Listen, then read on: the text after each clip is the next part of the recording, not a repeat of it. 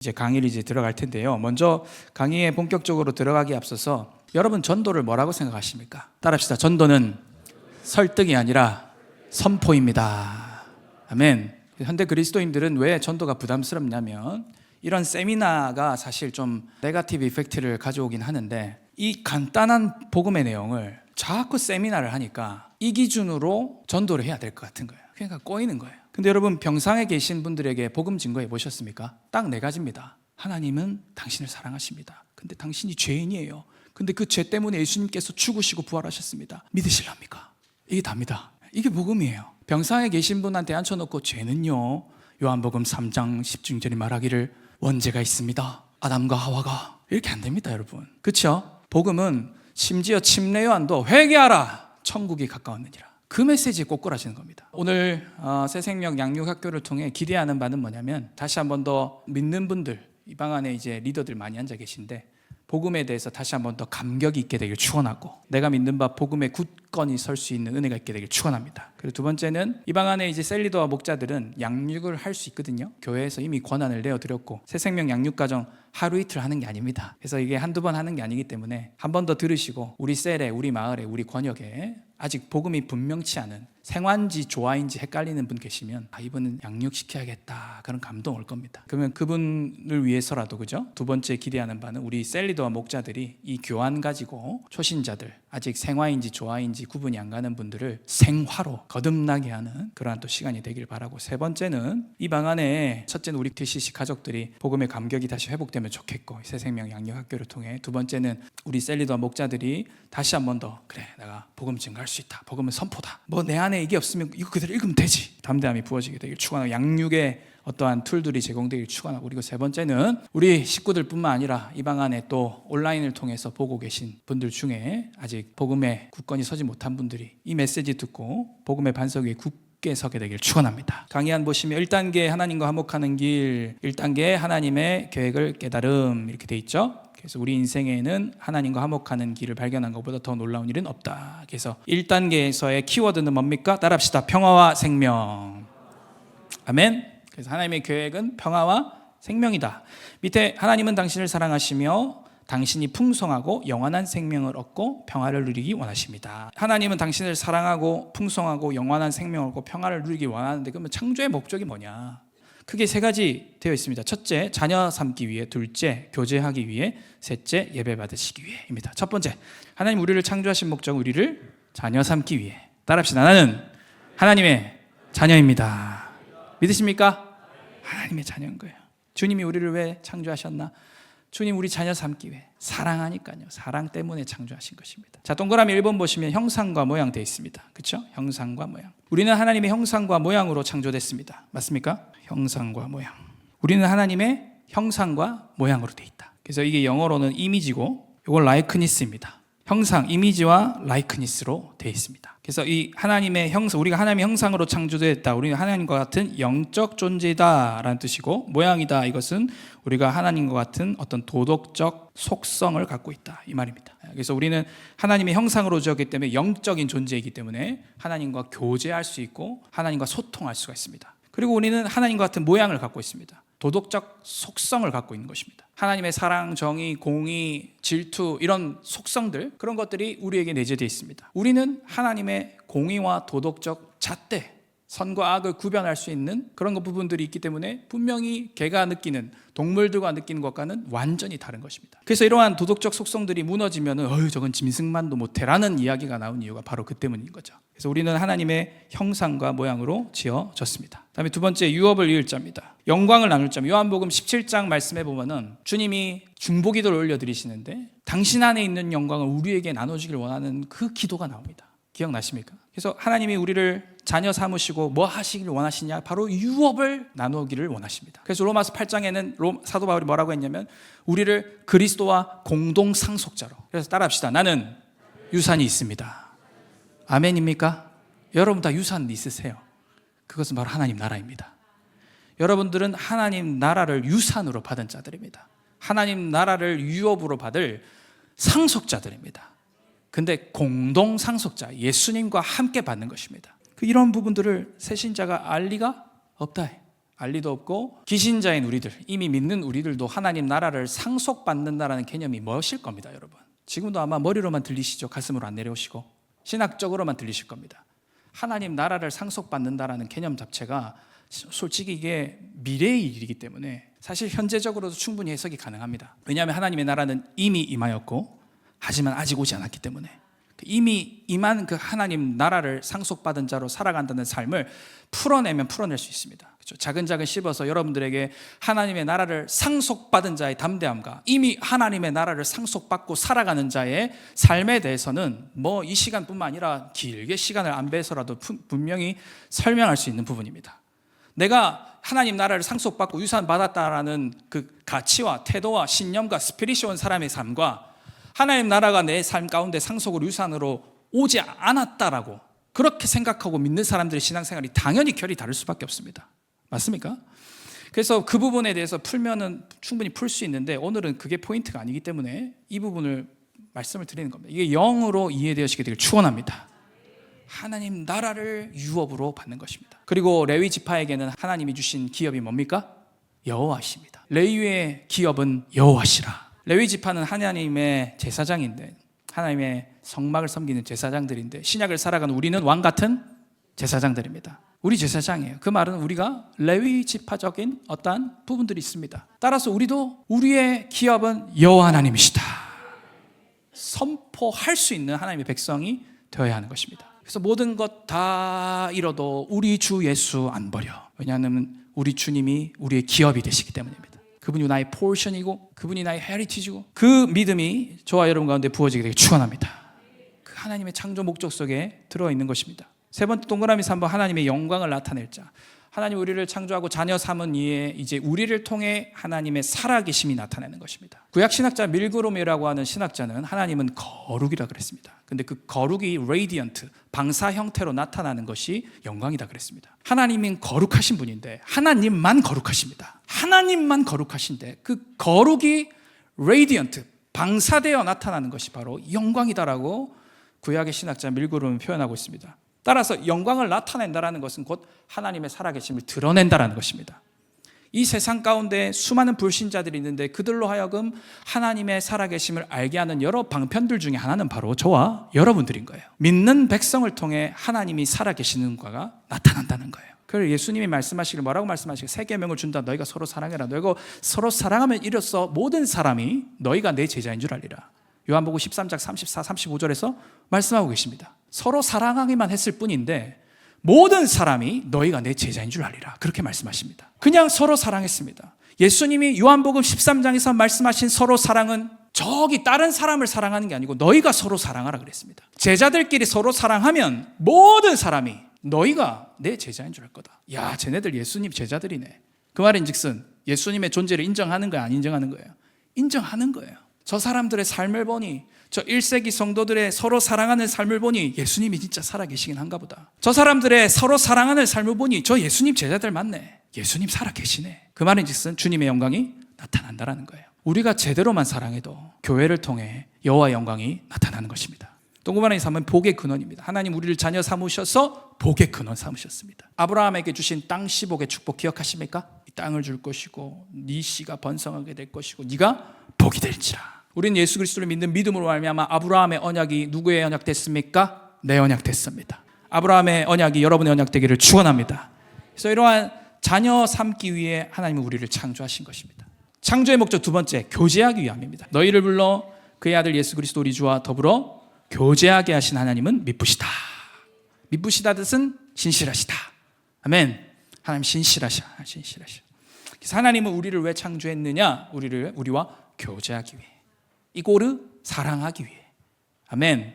교제, 친밀한 교제는 전인격적 교제를 이야기합니다. 그냥 만나서 티타임 가지는 걸 뛰어넘어 알고 느끼고 전인격이라 하면 지정의를 말하죠. 맞습니까? 그래서 지, 알고, 정, 느끼고, 의, 행동이 수반되어지는 그게 전인격적 교제입니다. 하나님은 우리와 피상적 교제를 하는 것을 원치 아니하고 전인격적으로 교제하기를 원하십니다. 그분은 우리를 다 알고 계시고 그분은 우리의 감정에 공감하실 뿐만 아니라 그분은 우리를 위해 실제적인 액션을 취하실 수 있는 참 좋으신 하나님이십니다. 사랑하는 여러분, 이 지정의의 교제를 넘어 전인격적 교제를 넘어 영적 교제까지 풀어지게 되길 축원합니다. 영과 영이 소통하는 거예요. 영은 시공의 이 제약을 받지 않지 않습니까? 세 번째, 예배 받으시기 위해 하나님은 우리에게 예배 받기를 원하세요. 이사야 43:21이죠. 43장 21절. 이 백성을 나를 위하여 지으나니 찬송하기 위해. 주님은 우리를 통해 예배 받으시기 원하세요. 두 번째, 성경은 말씀하십니다. 이게 이제 전도지에 나와 있는 내용입니다. 그죠? 자, 전도지에는 말씀만 세 구절 나와 있죠. 확인하셨습니까? 근데 여기다가 제목, 소제목을 달았습니다. 첫째, 하나님의 심정입니다. 우리 하나님의 심정은 우리와 더불어 화평을 누리길 원하세요. 이 화평이 평화이고 이 평화가 샬롬이고 헬라어로 에히레네입니다. 우리 하나님은 우리와 화목하기를 원하시는 거예요. 두 번째, 하나님의 사랑입니다. 요한복음 3장 16절, 참 좋아하는 말씀인데, 하나님이 세상을 이처럼 사랑하사 독생자를 주셨다. 하나님의 사랑입니다. 하나님의 사랑. 저를 믿는 자마다 멸망치 않고 영생을 얻게 하려 한다. 세 번째, 하나님의 계획입니다. 요한복음 10장 10절, 내가 온 것은 양으로 생명을 얻게 하고 더 풍성히 얻게 하려는 것이라.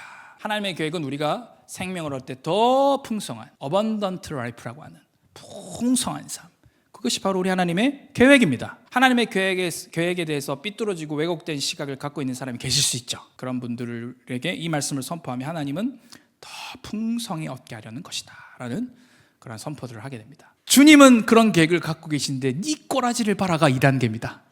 2단계 보시죠. 이 이과의 목적은 뭐라고요? 처절히 정죄가 돼요. 죄가 무엇인지 알고 내가 3단계로 넘어가기 위해서 내가 처절히 죄인이구나, 주님이 없으면 안 되는구나. 그래서 이 죄에 대한 개념과 나의 처지에 대해서 깨닫는 것이 2단계의 주요한 양육의 목표입니다. 첫 번째, 선악과의 창조 이유와 기능이 나옵니다. 선악과 이야기를 먼저 하는 이유는 이제 죄를 이해함에 있어서 선악과 사건이 신학적으로 교리적으로 이해돼야 되겠죠. 맞습니까? 뒤에 이제 3번에 이제 원죄 해가지고 죄의 정의가 나옵니다만, 이 선악과의 창조 이유와 기능을 먼저 우리가 좀 아는 것이 필요합니다. 선제적으로 보시죠. 자, 1번, 선악과를 창조하신 이유, 동그라미 1번, 최초의 예배를 받으시기 위함이다. 동그라미 두 번째, 하나님과의 친밀한 관계 유지를 위한 매개체다 해서 가로 열고 순종이라고 되어 있습니다. 자, 밑에 거 한번 같이 읽어보실까요? 시작. 사람의 의지로서 하나님께 순종함으로 하나님을 향한 인간의 마음을 나타내고 친밀한 관계를 유지합니다. 아멘. 자원함으로, 주님을 사랑함으로, 주님을 정말 예배함으로, 주님께 프로스키네어함으로, 그죠? 당신이 나의 구세주십니다. 당신이 나의 왕이십니다. 발등상에 키스하는 것이 프로스키네어라고 했지 않습니까? 그러한 설계로 선악과가 되어져 있죠. 특별히 성장을 위한 도구, 하나님 앞에서 하나님의 말씀을 지킴이 성장의 훈련 도구였다. 그래서 생명나무와 선악과라는 존재를 통해 사람은 자라나가게, 성장하게 돼 있고, 하나님은 하나님이시고 나는 피조물, 그분은 창조주, 나는 피조물, 분명한 관계 설정과 주님이 어떤 분이신지를 알아가는, 그렇죠? 그게 깨어지면은 이 그림과 같이 인간과 죄가 팍 깨지는 거예요. 근데 하나님과 지속적으로 영적으로 교제하고 친밀한 교제, 전인격적 교제가 일어나기 위해서는 하나님이 말씀하신, 아담과 하와는 뭘 지켜야 됐습니까? 하나님이 말씀하신 생명나무와 선악과에 손을 대면 안 됐던 거예요. 근데 이것을 지킴으로 말미암아 성장하게 되는 거고, 성숙하게 되는 거고, 깊은 교제가 일어나게 되는 것이고, 계속해서 하나님께 예배할 수 있는 것이고, 그분을 만날 수 있는 것이고, 그 이유로 선악과가 있는 것입니다. 그래서 선악과, 생명나무와 선악과는 분명한, 하나님은 하나님이고 사람은 사람이다. 하나님은 창조주이시고 사람은 피조물이다. 그걸 정확하게 나타내주는 시금성과 같은 것이 바로 생명나무와 선악과입니다. 자, 그러면 선악과의 목적이 뭐겠냐? 자아성장의 기능이 있다라는 것입니다. 동그라미 1번, 자유의지가 있음을 알도록 합니다. 아담과 하와는 자유의지로 선택하는 거예요. 자기가 주님을 경배하기로, 주님을 경외하기로, 하나님의 말씀에 순종하기로. 나한테 의지가 있구나, 내가 로봇처럼 지어진 존재가 아니구나. 그래서 1번, 자유의지가 있음을 알도록 하고요. 두 번째, 책임을 져야 하는 책임의식 부여와 권위에 대한 순종을 알도록 합니다. 그죠? 선악과가 있으니까 이게 가능한 거예요. 내가 책임을 가지고 이것들을 지켜나가고 반드시 이거를 해서는 안 되는 거구나. 그걸 이제 이게 있기 때문에 가능한 겁니다. 있기 때문에. 선악과가 있으니까 순종이 순종되는 겁니다. 생명나무가 있기 때문에 순종이 되는 겁니다. 그러한 기능들이 있는 것입니다. 동공원의 3번, 에덴 동산 질서 유지의 목적인데 이것이 최초의 계명이라는 거예요. 최초의 계명. 인류에게 부여된 최초의 계명이 바로 너는 동산 중앙의 생명나무와 선악과 나무의 열매를 먹지 말라. 이게 최초의 계명인 거죠. 최초의 계명이자 최초의 율법이 인류에게 떨어졌고 이 인류는 여지없이 실패해버렸습니다. 그 일이 일어난 것이 된 겁니다. 자, 그러므로부터 읽어봅시다. 시작. 그러므로 선악과의 창조 목적은 인간을 시험하기 위함이 아니라 하나님이 인간을 사랑하심과 인간과 교제하길 원하시는 마음의 산물입니다. 믿으십니까? 이 부분이 잡혀야 되는 거예요. 그래서 이 부분이 잡혀야 뒤에 이제 원제로 넘어갈 때 충분히 설명이 되고 해서 이게 선제적으로, 신학적으로, 교리적으로 또 이 원판이 깔려져야 돼 있는 부분이 바로 이 부분입니다. 자, 그러면 이제 죄는 무엇인가에 대해서 우리가 살펴보겠습니다. 성경에서 죄는 뭐라고 말했습니까? 불법이다. 죄의 어원적 의미가 나옵니다. 발을 잘못 딛다, 화살이 관역을 벗어나다. 이 어원이 히브리어겠죠? 하마르티아라고 하는 히브리 원어를 분석을 해보면, 어원을 분석을 해보면 이 죄가 발을 잘못 딛다, 관역을 벗어나다입니다. 그게 불법이랑 유의어가 됩니다. 그래서 즉 하나님의 목적을 벗어났다는 뜻으로 죄는 불순종을 의미합니다. 그리고 죄는 하나님의 말씀을 거역함을 뜻하며 이는 불신앙을 말합니다. 제가 앞에 말한 내용이 다 들어있죠? 불법, 불신앙. 그것이 바로 죄입니다. 죄. 동그라미이면 2번, 죄의 열매. 이거는 우리 신자들은 들어서 너무 기신자들은 들어서 너무 잘 알고 있는데 초신자들이나 이런 분들은 죄하면은 요거 살인, 간음, 폭력 아니냐, 음란 아니냐, 우상숭배가 죄 아니냐. 그래서 죄의 본질이 뭐라고 생각하냐는 질문을 꼭 해보셔야 돼요. 피양육자에게. 이 컨텐츠를 통해서 죄의 열매가 죄가 아니라 죄의 본질은 불순종이고 불법이고 하나님을 마음에 두기 싫어하는 그 본성, 이기심, 그거라는 것이 정확하게 포인팅 돼야 됩니다. 그래서 동그라미 2번 계속하겠습니다. 살인, 간음, 폭력 등의 보이는 것들이 죄가 아니고 죄의 열매다. 죄의 열매인 거예요.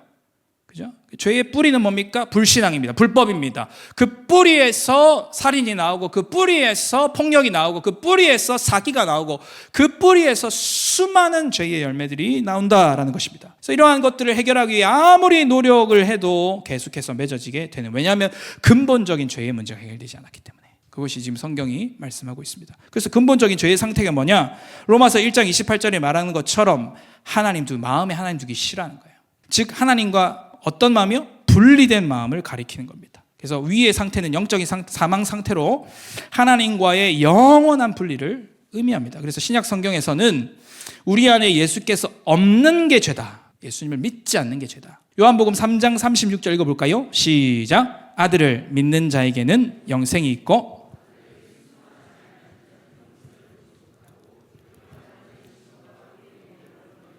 하나님을 믿어서 그 안에 성령이 계시면 영생이 있어서, 그죠? 영생이 있어서 능히 순종도 하고 주님과의 교제가 가능한데 순종하지 아니한 자는 영생을 보지 못한다. 하나님의 진노가 도리어 그 위에 머물러 있다라고 이야기를 하고 있습니다.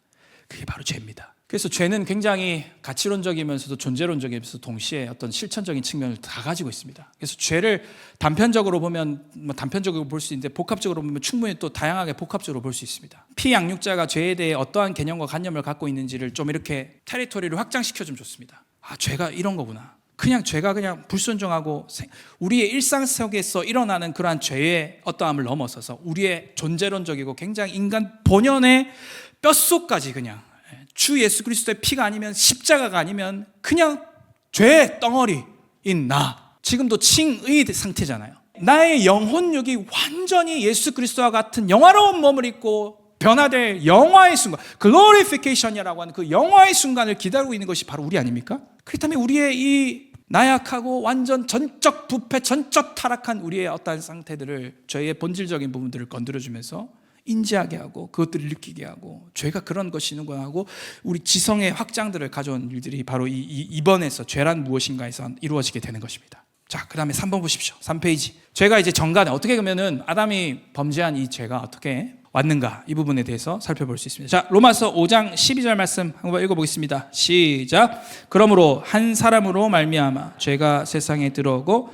죄로 말미암아 사망이 들어왔나니 이와 같이 모든 사람이 죄를 지었으므로 사망이 모든 사람에게 이르렀느니라. 아멘. 강의 안에 보시면 아담의 범죄로 말미암아 모든 사람이 죄 아래 있게 되었어. 이것을 뭐라고 합니까? 원죄라고 하는, 원죄.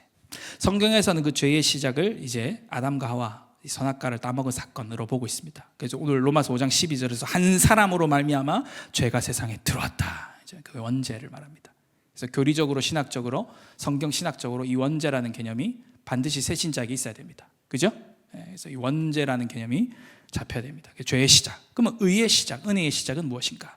로마서 5장 18절 19절 밑에 있는데요. 같이 읽어보실까요? 시작. 그런즉 한 범죄로 많은 사람이 정죄에 이른 것 같이 한 의로운 행위로 말미암아 많은 사람이 의롭다 하심을 받아 생명에 이르렀느니라. 한 사람이 순종하지 아니함으로 많은 사람이 죄인 된 것 같이 한 사람이 순종하심으로 많은 사람이 의인이 되리라. 아멘. 아담의 원죄로 모든 인류가 죄인 된 것처럼 예수 그리스도의 죽으심과 부활로 많은 사람이 의롭다 하심을 받게 됐다.